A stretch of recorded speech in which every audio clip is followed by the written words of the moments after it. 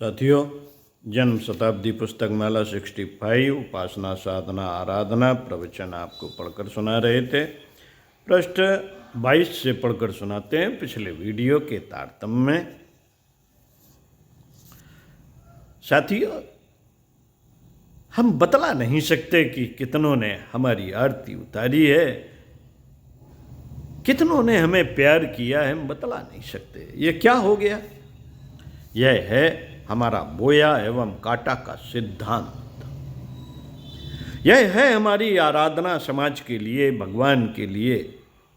मित्रों, हमने पत्थर की मूर्ति के लिए नहीं वरन समाज के लिए काम किया है। पत्थर की मूर्ति को भगवान नहीं कहते, समाज को ही भगवान कहते हैं। हमने ऐसा ही किया। हमें दो मालियों की कहानी हमेशा याद रहती है। एक राजा ने एक बगीचा एक माली को दिया तथा दूसरा बगीचा दूसरे माली को।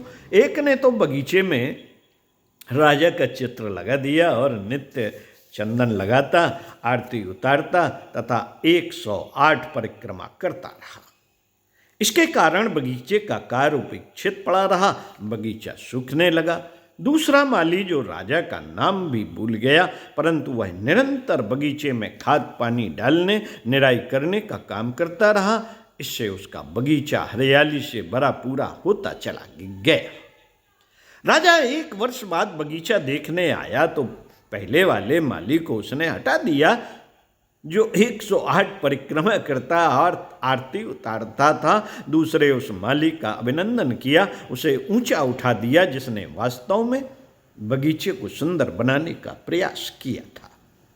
हमारा भगवान भी उसी तरह का है। उन्होंने कहा था कि जो कुछ भी करना भगवान के लिए करना, समाज के लिए करना। अपनी सारी जिंदगी उसी तरह काम किया है और जितना किया है उतना पा लिया है। आगे जो हम करेंगे उसके एवज में भी हम पाते रहेंगे।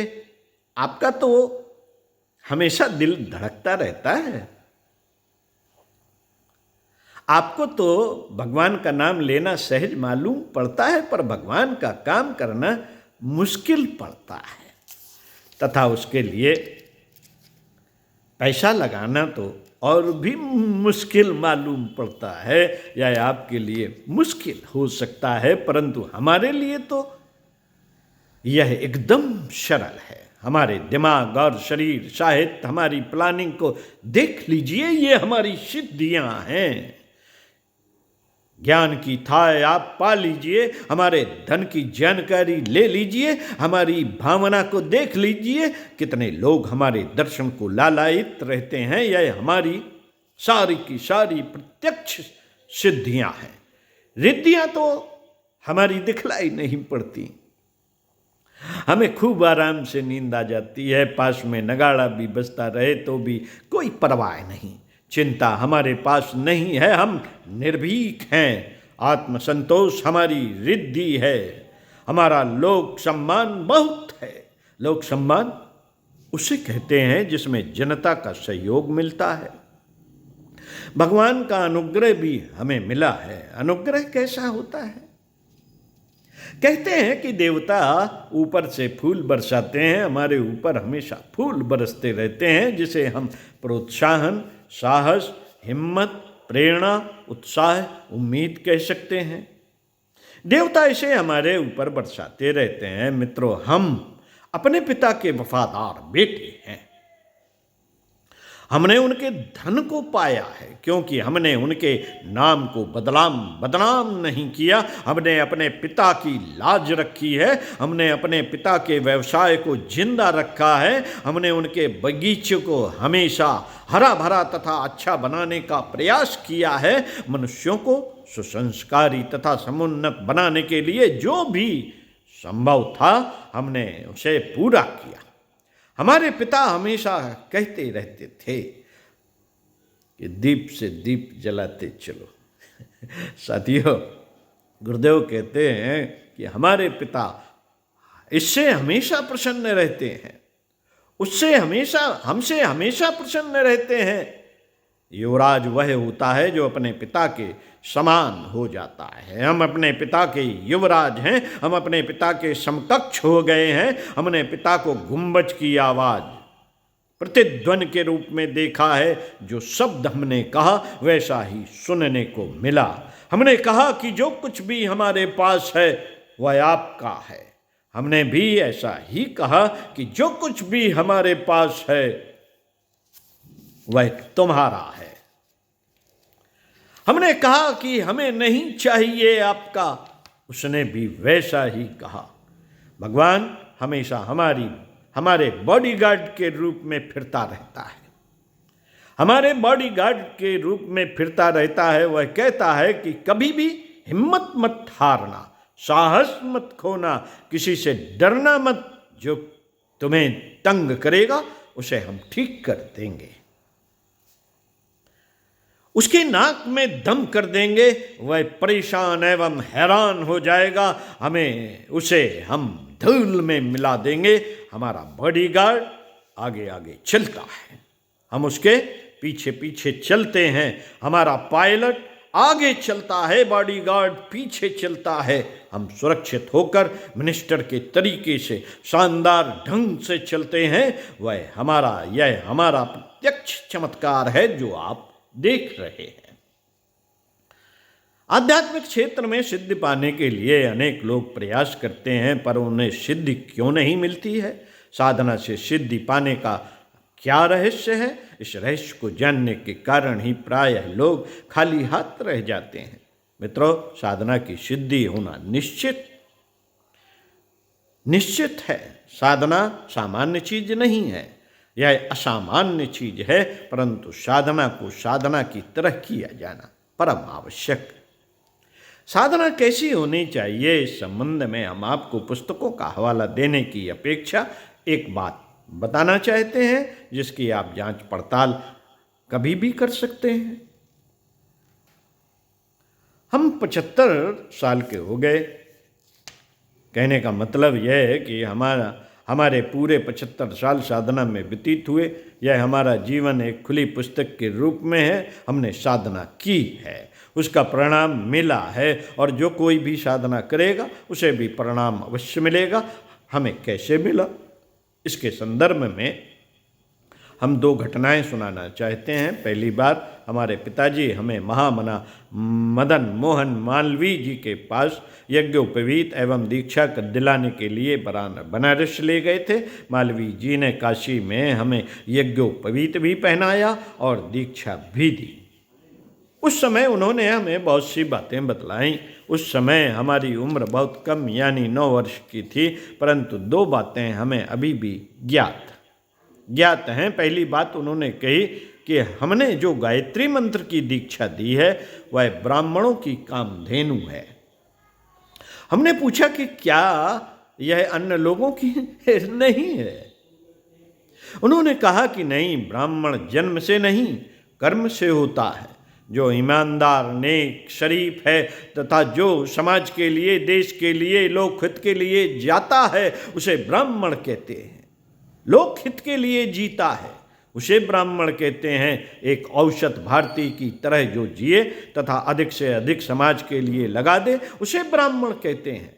गांधी जी ने भी राजा हरिश्चंद्र का नाटक देखकर यह वचन दिया था कि हम हरिश्चंद्र होकर जिएंगे। वे इस तरह का जीवन जिए भी। हमने भी मालवीय जी के सामने संकल्प लिया था कि हम ब्राह्मण का जीवन जिएंगे। हमने वैसा ही जीवन प्रारंभ से जिया। हमारे दूसरे आध्यात्मिक गुरु जो हिमालयवासी हैं और जो सूक्ष्म शरीरधारी हैं, उन्होंने हमारे घर में प्रकाश के रूप में आकर दीक्षा दी। उन्होंने हमें पूर्व जन्म की बातें दिखलाई। उसके बाद उन्होंने हमें गायत्री मंत्र की दीक्षा दी। हमने कहा कि गायत्री मंत्र की दीक्षा तो हम पहले से लिए हुए हैं, फिर दोबारा देने का क्या अर्थ? उन्होंने कहा कि आपके पहले गुरु ने यह कहा था कि यह ब्राह्मणों की गायत्री है। अब हम यह बतलाते हैं कि बो और काटो। इस मंत्र के अनुसार हमने अपने पिता की संपत्ति को भी लोकमंगल में लगा दिया। हमने बोया और पाया है। इसके साथ ही उन्होंने कहा कि इसके अलावा अन्य 4 चीज़ों को भगवान के खेत में लगाना चाहिए: समय, श्रम, बुद्धि जो भगवान से मिली हैं। धन वह है जो संसार से कमाया जाता है। ये चारों चीज़ें हमने समाज में लगा दी। इसके द्वारा हमारी पूजा, उपासना एवं साधना हो गई। हमारे ब्राह्मण जीवन का यही चमत्कार है, यही मेरी पूजा है। समय के बारे में आप देखना चाहें तो इन 75 वर्षों में हमने क्या किया है, कितना किया है, यह आप देख सकते हैं। हमने भगवान यानी जो अच्छाइयों का समुच्चय है उसे समर्पण करके यह सब किया। हमारी उपासना और साधना ऐसी है कि हमने सारी जिंदगी भर धोबी की तरीके से अपने जीवन को धोया है और अपनी कमियों को चुन चुन कर निकालने का प्रयत्न किया है। आराधना हमने समाज को ऊंचा उठाने के लिए की है। आप यहाँ आइए और देखिए, अपने मुख से अपने बारे में कहना ठीक बात नहीं है। आप यहाँ आइए और दूसरों के मुख से सुनिए। हम सामान्य व्यक्ति नहीं हैं, असामान्य व्यक्ति हैं। यह हमें उपासना, साधना और आराधना के द्वारा मिला है। आप अगर इन तीनों चीज़ों का समन्वय अपने जीवन में करेंगे तो मैं आपको विश्वास दिलाता हूँ कि आपको साधना से सिद्धि अवश्य मिलेगी। हमारे जो भी सहयोगी, सखा, सहचर एवं मित्र हैं, उनसे हम यही कहना चाहते हैं कि आप केवल अपने तथा अपने परिवार के लिए खर्च मत कीजिए, वरन कुछ हिस्सा भगवान के लिए भी खर्च कीजिए। साथ ही हम यह भी कहते हैं कि बोइए और काटिए। फिर देखिए कि जीवन में क्या क्या चमत्कार होते हैं। आप जनहित में, लोक मंगल में, पिछड़ों को ऊंचा उठाने में अपना श्रम, समय, साधन लगाएं। अगर आप इतना करेंगे तो विश्वास रखिए आपको साधना से सिद्धि मिल सकती है। हमने इसी आधार पर पाया है और आप भी पा सकेंगे, परंतु आपको सही रूप से इन तीनों को पूरा करना होगा। आपकी साधना तब तक सफल नहीं होगी जब तक आप हमारे साथ कदम से कदम मिलाकर नहीं चलेंगे। यदि आप हमारे कंधे से कंधा मिलाकर और कदम से कदम मिलाकर चल सकें तो हम आपको यकीन दिलाते हैं कि आपका जीवन धन्य हो जाएगा। पीढ़ियां आपको श्रद्धा पूर्वक याद रखेंगी। आज की बात समाप्त। ओम शांति। उपासना, साधना, आराधना जन्म शताब्दी पुस्तक माला 65 प्रवचन श्री राम शर्मा आचार्य पढ़कर सुनाई। अगले वीडियो में पुस्तक माला 66 पढ़कर सुनाएंगे। तो सुनते रहिए कुछ अच्छा और पढ़ते रहिए कुछ अच्छा। ओम शांति।